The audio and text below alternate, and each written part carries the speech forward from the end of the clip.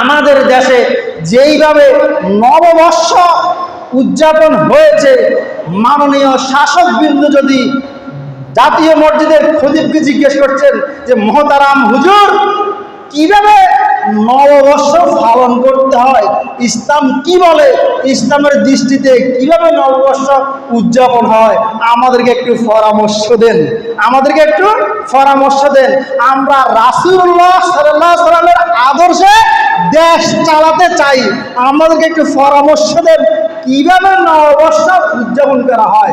তাহলে তো বুঝতাম যে দেশ জাতীয় মসজিদের খতিব কিছু না কিছু ধর্মীয় পরামর্শ দিতেন, কিন্তু তা না করে লাল সাদা রঙের যুবতী মেয়েদেরকে একেবারে কুলা হাতে করে দাঁড়িয়ে রাস্তার মধ্যে নববর্ষ 2033 লেগে যেভাবে প্রদর্শনী দিয়েছে, মিছিল করেছে, প্রদর্শনী দিয়েছে, মিছিল করেছে, একটা নারীর মাথায় কাপড় ছিল না, একটা নারীর মাথায় কাপড় নেই।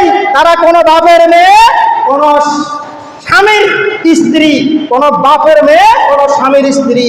ওই বাপ জাহান্নামে যাওয়ার কারণ হবে যদি তওবা না করে ফিরে আসে, ওই স্বামী জাহান্নামে যাওয়ার কারণ হবে যদি এই পথ থেকে ফিরে না আসে।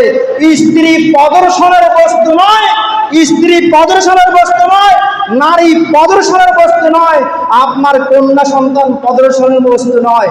আরো দেখা গেছে সোশ্যাল মিডিয়াতে এই যুবক এমপি দ্বয়রা বসে বসে তামাশা করছে, আর তাদের সহনেত্রীরা মাজা ডুলিয়ে কমর ডুলিয়ে নাচছে, এই নাট্যমঞ্চ করছে। এটা নাকি বৈশাখ। যদি তওবা না করে, এটাই হলো জাহান্নামে যাওয়ার কারণ। কোরআন হাদিস পড়ে যতটুকু জেনেছি এটাই হবে জাহান্নামে যাওয়ার কারণ যদি তারা তওবা না করে। এটা নববর্ষ উদযাপন এইভাবে নয়, নববর্ষ উদযাপন এই যাব নয়।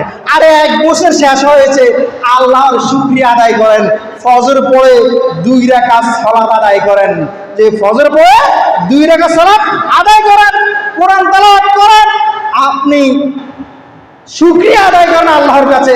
কিন্তু যা না করছে যে বৈশাখের নামে যে 3 ফুট 2 ফুট উঁচু মূর্তিকে, আরে মুসলিম তো হচ্ছে মূর্তি ভাঙা জাতি, মুসলিম মূর্তি ভেঙেছে, আমাদের পিতা ইব্রাহিম মূর্তি ভেঙেছে, আমাদের নবী মূর্তি ভেঙেছে, আর আমাদের সন্তানরা, আমাদের দেশের মুসলিম ভাইরা, আমাদের দেশের মুসলিম নেতারা কিভাবে অনুমতি দেয় 2 ফুট 3 ফুট এই বিলের মূর্তি, কুকুরের মূর্তি, বাঘের মূর্তি বানিয়ে মাথায় করে হাঁটতে আর এইভাবে মিছিল করতে? এটা নাকি নববর্ষ উদযাপন? এটা কি হতে পারে?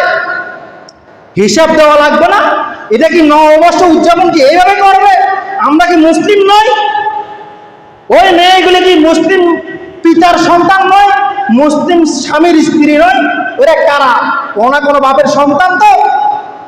নারী কি প্রদর্শনী বস্তু? নারী প্রদর্শনীর বস্তু নয়, তাদেরকে প্রদর্শনী বানানো হয়েছে, তাদেরকে প্রদর্শনী বানানো হয়েছে। ওই মেয়ের পিতায় দায়ুস, ওই মেয়ের স্বামীও দায়ুস, ওই মেয়ের স্বামীও দায়ুস, ওই মেয়ের পিতায় দায়ুস। এরা জাহান্নামে যাওয়ার কারণ হবে। আল্লাহ তাআলা এই সমস্ত নোংরা কর্ম থেকে আমাদেরকে বেঁচে থাকার তৌফিক দান করুক। কিভাবে তামাশা করে, হাসাহাসি করে, আর এই যুবতী মহিলা এইভাবে নাচে, সেই নাকি নেত্রী। এইগুলি লজ্জার বিষয়। তাদের লজ্জা নেই, তাদের লজ্জা নেই, তাই তারা এইগুলি করে, এইভাবে নাচানাচি করে। আল্লাহর নবী কেন বললেন, আল্লাহর নবী কেন বললেন আমি জাহান্নামে দরজা দাঁড়িয়ে উঁকি দিয়ে দেখলাম সেখানে অধিকাংশ নারী? কেন বললেন? এই কারণে। কেন বললেন?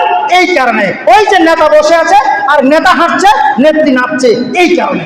এই কারণে বলেছেন যে জাহান্নামের অধিকাংশ দেখেছি কি নারী।